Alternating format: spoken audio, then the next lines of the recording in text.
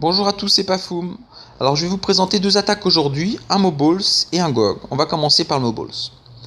Donc la première chose qu'on peut dire, lorsqu'on voit ce village là, c'est déjà qu'il n'est pas très réfléchi.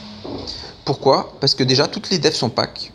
Les arcs X sont au sol, et je vous avais déjà dit dans une vidéo précédente, un arc X au sol, ça expose le village à une attaque aérienne. Et en plus d'avoir mis les arcs X au sol, la personne a mis sa reine en extérieur. Donc là, il nous facilite la tâche pour une attaque aérienne. C'est-à-dire qu'on peut voir déjà que Snap va envoyer 3 cochons pour sortir le château de clan. Et ensuite, la reine sera accessible facilement par le roi.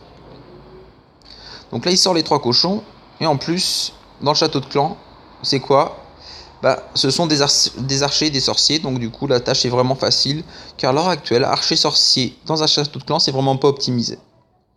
Surtout avec le sort empoisonnement qui permet de les tuer sans utiliser d'autres troupes. Donc il enclenche son attaque aérienne, il envoie les Moballs en arc de cercle pour réussir à récupérer toutes les défenses aériennes. Après, s'il y avait juste un conseil à donner, c'est peut-être que le dernier Molos qu'il envoie est peut-être un peu tardif, dans le sens où il perd quelques ballons, mais après, vu les défenses aériennes de notre adversaire, qui sont de niveau HDV8, il n'y avait pas de conséquences. Donc voilà, un très beau Moballs réalisé par Snap, avec l'arène posée à la fin, pour pouvoir aider à nettoyer tout plus rapidement. Je vais vous présenter ensuite en seconde vidéo un Gohog. Donc un Gohog réalisé sur un village. Bon là vous comprenez pourquoi on a décidé de faire un Gohog. Donc c'est moi qui l'ai réalisé. Il faut savoir que c'est une deuxième tentative. Il a été tenté mais il a été loupé à 93% par manque de temps tout simplement. Parce que les méga-bombes étaient en extérieur et du coup ça a tué les cochons à la fin une fois que tout était rasé, toutes les defs étaient rasées. Il y a un groupe de cochons qui est mort sur 2 mégas et du coup il n'y avait plus assez de dégâts pour tout faire. Donc c'est une seconde attaque, c'est pour ça que vous allez voir que je vais déclencher les méga-bombes assez facilement au début. Donc là pareil, le village, qu'est-ce qu'on peut dire dessus déjà de base? C'est qu'il n'est pas très optimisé. Les defs sont beaucoup trop paqués, on se doute qu'il n'y a pas de méga-bombes dans le village. Donc ça c'est une erreur aussi à éviter, c'est de faire des petits villages comme ça. Et j'aurais tendance à dire que même les anti-aériens aussi extérieurs, une attaque aérienne aurait été aussi largement faisable. Donc là un petit Gog, je pense qu'un full coco ça aurait pu passer aussi je pense, vu le niveau des defs. Mais enfin, on a fait un Gog surtout pour choper la reine et pas prendre de risques.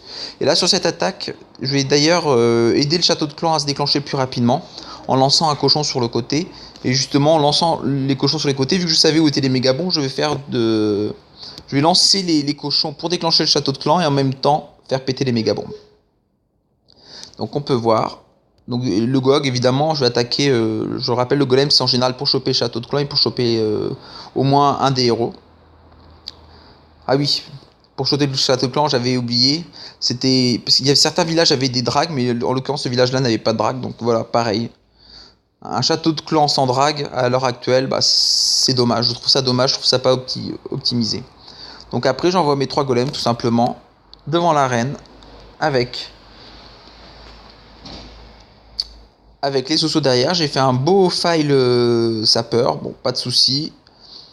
J'envoie le saut. Et après, une fois qu'on a tué la reine, une fois que les golems sont un peu plus au milieu du village, j'envoie les cochons. Là, en général, les Gog, on peut envoyer plusieurs petits packs de cochons sur plusieurs défenses. Mais étant donné le niveau des devs du village, étant donné par rapport au niveau des cochons, j'ai pas eu ce souci à avoir peur des pièges, etc. On voyait très bien qu'il n'y en avait pas beaucoup. Donc voilà, village pas très optimisé, égale 3 étoiles faciles. Que ce soit sur la première attaque ou la deuxième attaque, on voit que c'est vraiment important de réfléchir un minimum à la conception de nos villages. Car on s'expose toujours à prendre 3 étoiles. Après, je vous l'accorde, je pense pas qu'il y ait beaucoup de gens qui brident. Donc c'est vrai que ça doit pas leur arriver souvent de se prendre 3 étoiles. Mais malgré tout, il faut toujours prévoir ça.